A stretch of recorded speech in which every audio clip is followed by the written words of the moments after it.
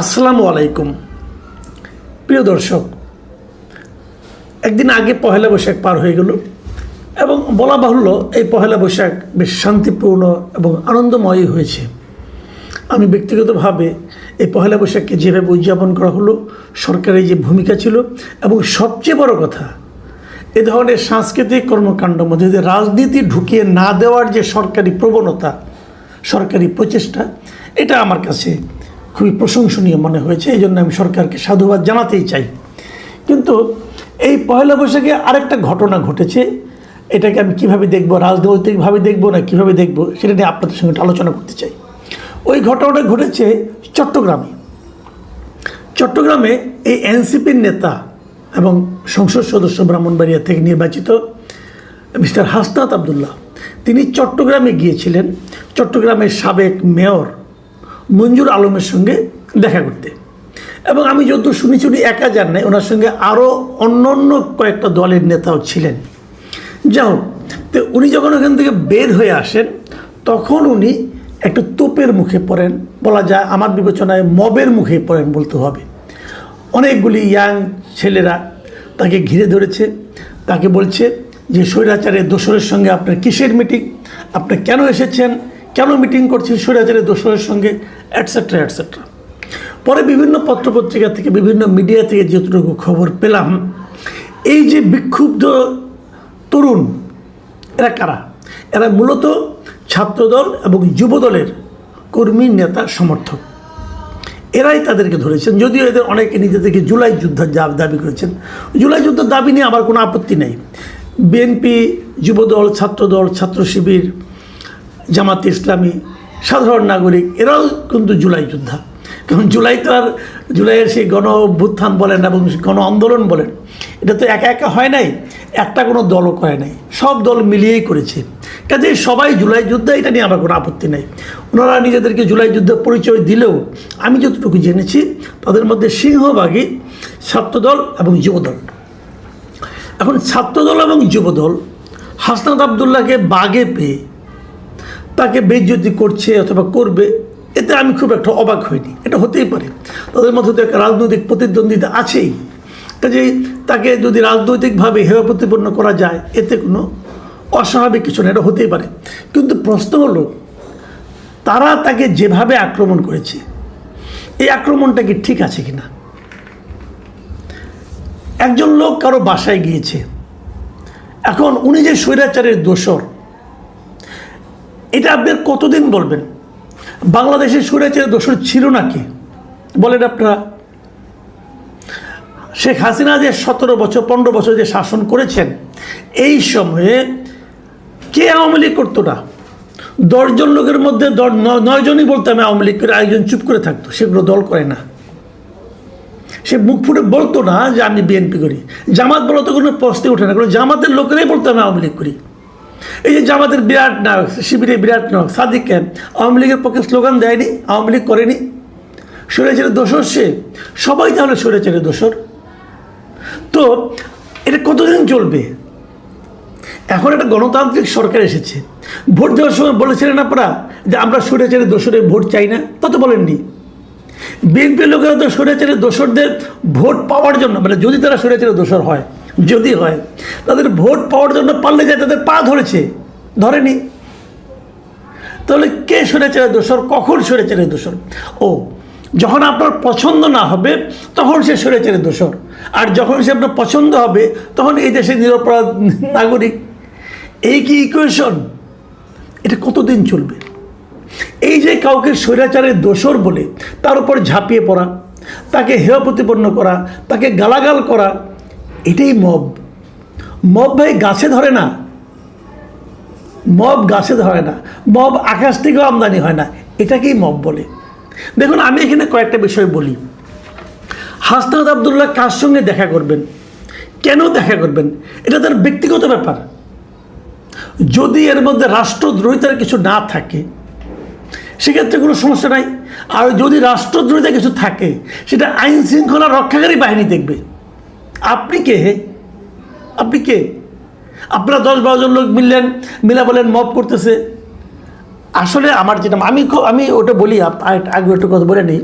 আমি একটু হাসনাত আবদুল্লাহর প্রশংসাটা একটু করতে চাই।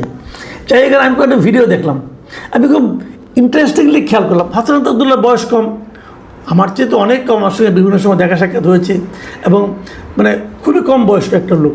তো আমি দেখলাম যে হাসনাত আবদুল্লাহ সেখানে মানে এত সুন্দর পুরো ঘটনাটাকে ম্যানেজ করলেন। মানে এই এত কম বয়সে এভাবে ম্যানেজ করতে পারার যে দক্ষতা, এটা কিন্তু হয়েছে একটা বড় আন্দোলনের মধ্য দিয়ে উনি উঠে এসেছেন বলে। তা না হলে এই বয়সে হওয়ার কথা না। খুব ঠান্ডা মাথায় উনি সবার স্লোগান শুনছেন, সবার সঙ্গে উনি কিছু বলছেনও না, দেখলাম মৃদু হাসতে শুনছেন। তারপরে সে এক সময় দেখলাম যে উনি বললেন যে মানুষ মাত্রই ভুল হয়, আমার ভুল হতে পারে না। উনি কিন্তু কোনো আর্গুমেন্টে গেলেন না এবং পুরো বিষয়টাকে ম্যানেজ করে আমরা দেখলাম পুলিশে চলে এসেছে। যাক, এগুলি হয়েছে। কিন্তু আমার কথা হলো, এই লোকগুলিকে আসলে হাসনাত আবদুল্লাহকে অপমান করার জন্য গিয়েছে, দৃশ্যত তাই মনে হয়। কিন্তু এর পেছনে কি একটা রাজনীতি নেই? আমার মনে হয় একটা রাজনীতি আছে, এবং সেই রাজনীতিটা হলো খুবই কুৎসিত অন্তর্দলীয় রাজনীতি। কেমন কিছু কথা বলি। হাসনাত আবদুল্লাহ যার বাসায় গিয়েছিলেন, এই যে মঞ্জুর আলম, উনি কে? উনি একসময় আওয়ামী লীগের রাজনীতি করতেন, কিন্তু 2009 সালের পরে তো উনি আওয়ামী লীগের রাজনীতি করেননি। 2009 সালে উনি আওয়ামী লীগের রাজনীতি ছেড়ে দিয়ে আওয়ামী লীগের ওই সময়ের খুব জনপ্রিয় মেয়র ক্যান্ডিডেট ছিলেন মহিউদ্দিন চৌধুরী, ওনার বিপরীতে বিএনপির প্রার্থী হিসেবে নির্বাচনে অংশ নিয়েছিলেন 2009 সালে, এবং সেই নির্বাচনে সবাইকে অবাক করে দিয়ে উনি বিজয়ী হয়েছিলেন এবং 5 বছর উনি মেয়র ছিলেন। এই 5 বছর তার পরিচয় ছিল উনি বিএনপি দলীয় মেয়র। এবং তারপর ওনার এক সময় মেয়াদ শেষ হয়েছে। মেয়াদ শেষ হওয়ার পর উনি তারপর আর কোনো প্রথম কিছুদিন রাজনীতি করেননি। পরে তিনি আবার আওয়ামী লীগের সঙ্গে ভেড়ার চেষ্টা করেছিলেন, কিন্তু আওয়ামী লীগের কোনো অ্যাক্টিভিজমে তাকে দেখা যায়নি। তারপর উনি চুপচাপ হয়ে গেছেন, ব্যবসা বাণিজ্য করতেন।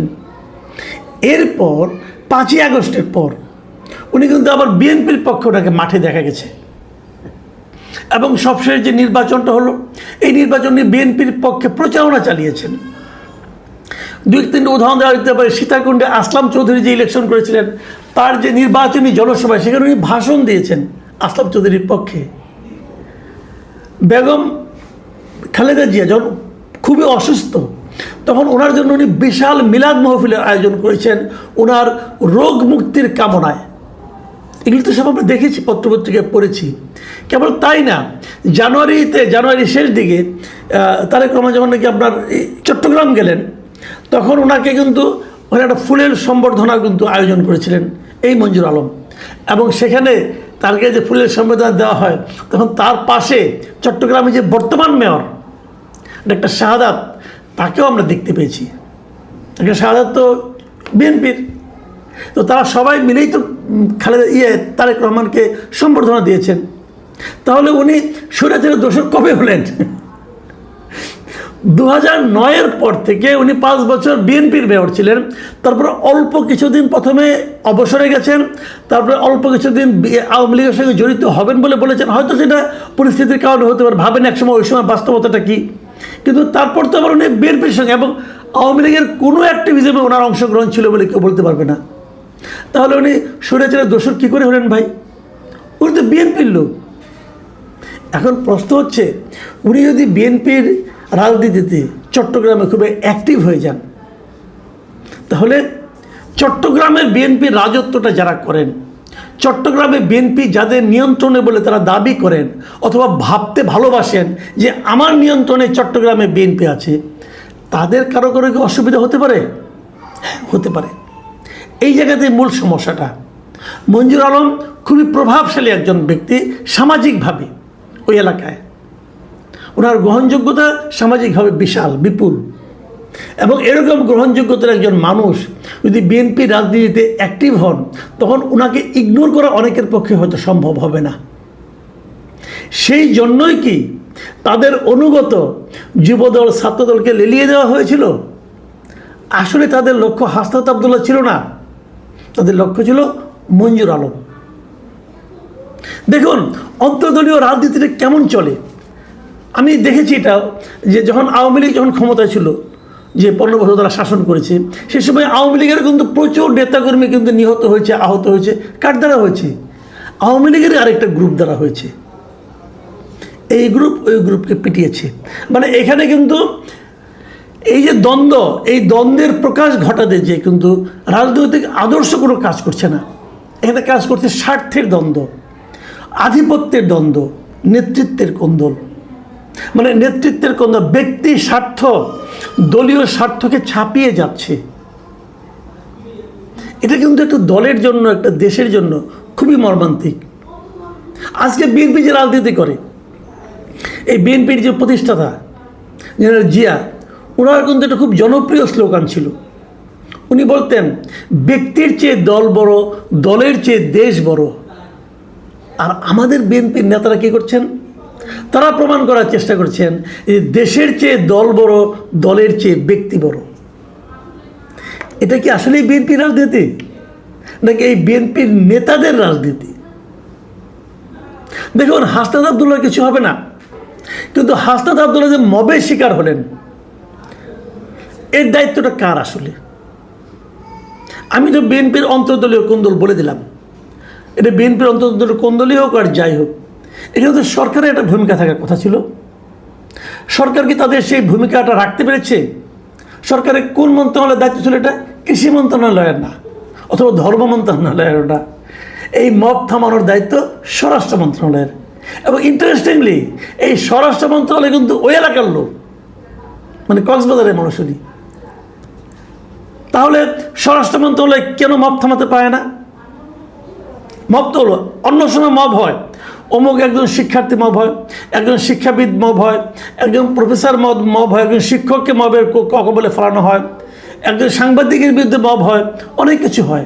কিন্তু এবার তো একজন নির্বাচিত এমপি মব হলেন, মবের শিকার হলেন। আমি অনেকের সঙ্গে কথা বলি, কেউ কেউ আমাকে বলেছে, কেউ কেউ বলেছে এটা খুশির খবর, কারণ ওনারাই মবের জনক ছিলেন, এখন দেখেন মব হতে। হ্যাঁ, এটা একটা কথা হতে পারে, কিন্তু আমি এভাবে বলি না, এভাবে ভাবিও না। সন্দেহ নাই যে হাসনাত আবদুল্লাহরাই অনেক সময় মবকে প্রশ্রয় দিয়েছেন। ওনারা ছাত্ররা, ওনার দল, এনসিপি, এরা সবাই একসময় তারা মবকে প্রশ্রয় দিয়েছেন, কোনো সন্দেহ নেই এতে। গত 18 মাস সেই মব আমরা দেখেছি। কিন্তু এবার উনি যখন নিজে মবের শিকার হয়েছে, নিশ্চয়ই উনি বুঝতে পেরেছিলেন অন্যদেরকে কেমন লেগেছে। কিন্তু সেটা কিন্তু মূল ইস্যু না। মূল ইস্যুটা হলো মব হবে কেন? মব, আমার যিনি শত্রু তার বিরুদ্ধেই বা মব হবে কেন? মব হয়েছিল কেন? আগামীতে হবে কেন? তারও চেয়ে বড় কথা, হতে দেওয়া হবে কেন? এর জন্য কি স্বরাষ্ট্রমন্ত্রীর কোনো দায় নাই? এই স্বরাষ্ট্রমন্ত্রী কিন্তু দায়িত্ব নেওয়ার পর প্রথমেই বলেছিলেন এদেশে আর কোনো মব হবে না। আপনি কি আপনার কথায় স্থির থাকতে পেরেছেন? আমি স্বরাষ্ট্রমন্ত্রীকে অনুরোধ করব, আপনি আজ রাতে বিছানায় ঘুমোতে যাবার আগে একবার হিসাব করে দেখবেন তো, আপনি দায়িত্ব নেওয়ার পর এই দেশে কতগুলি মব হয়েছে। একটু খুঁজে দেখেন, পেপার পত্রিকাতে পাবেন। এর জন্য কি আপনার একটুও দায়িত্ববোধ নাই? আপনার একটুও খারাপ লাগবে না? লাগা উচিত। আর যদি না লাগে, আপনি বুঝে নেবেন আপনার জন্য ওই দেশের মানুষের কোনো ফিলিংস কাজ করবে না। প্রিয় দর্শক, এখন এ পর্যন্তই। আল্লাহ হাফেজ।